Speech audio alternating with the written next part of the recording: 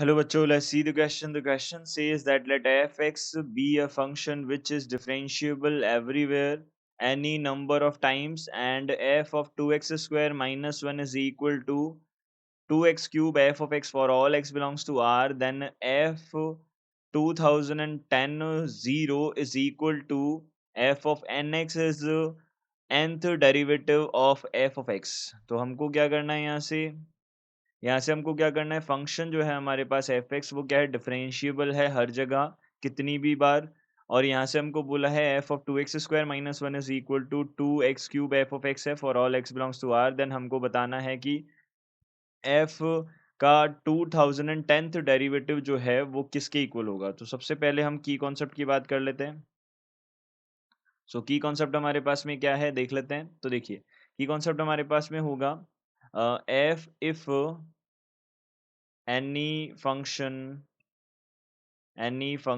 y is equal to f of x is even function,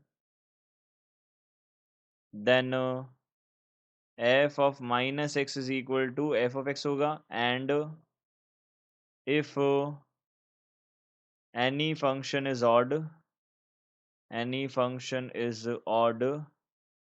then f of minus x जो है वो किसके equal होगा, minus F of x के equal होगा। ओके, ये हमको ध्यान में रखना है।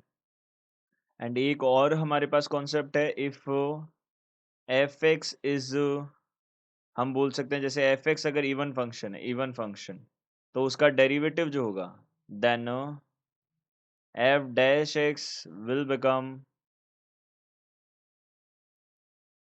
Become odd function. ये हमेशा क्या होगा, ऑड फंक्शन बनेगा। अगर एक फंक्शन इवन है उसका डेरिवेटिव करने पे जो फंक्शन है वो क्या बनेगा, ऑड बनेगा। तो यहाँ से हमने क्या बोला, यहाँ से हमने बोला एफ ऑफ एक्स स्क्वायर, देखिए एफ ऑफ 2x² माइनस 1 है, ये किसके इक्वल है, 2x³ एफ ऑफ एक्स के इक्वल है।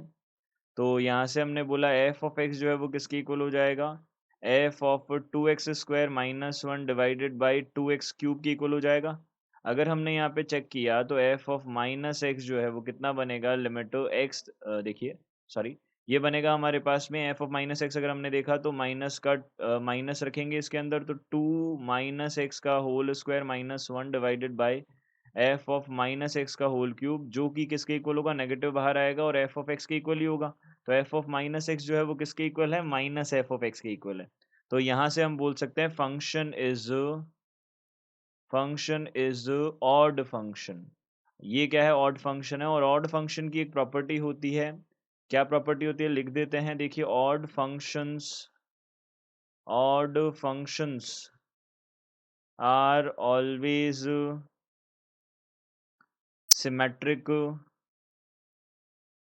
To origin. वो क्या होते हैं, ऑरिजिन के अलोंग हमेशा क्या होता है, सिमेट्रिक होते हैं। जैसे एक जो भी वन ऑड फंक्शन होंगे उनके ग्राफ कुछ जैसा इधर बन रहा है वैसा ही इधर बनेगा। तो दोनों ग्राफ्स क्या होते हैं, सेम होते हैं, और वो 0 0 से पास 100% होता ही है।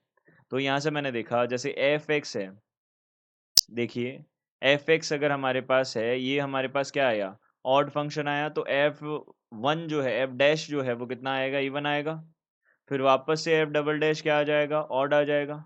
अब देखें हम तो हर जो हमारा ऑड पावर है, हर जो हमारे पास इवन पावर है वो क्या हो रही है, ऑड फंक्शन बन रही है। तो F two the power F 2010th derivative जो होगा वो भी क्या बनेगा हमारे पास, ये भी ऑड बनेगा।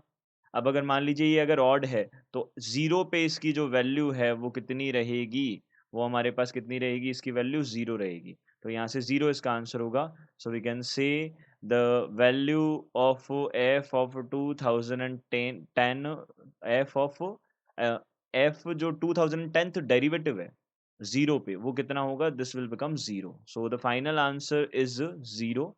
आई hope you understood it well. Good luck, thank you.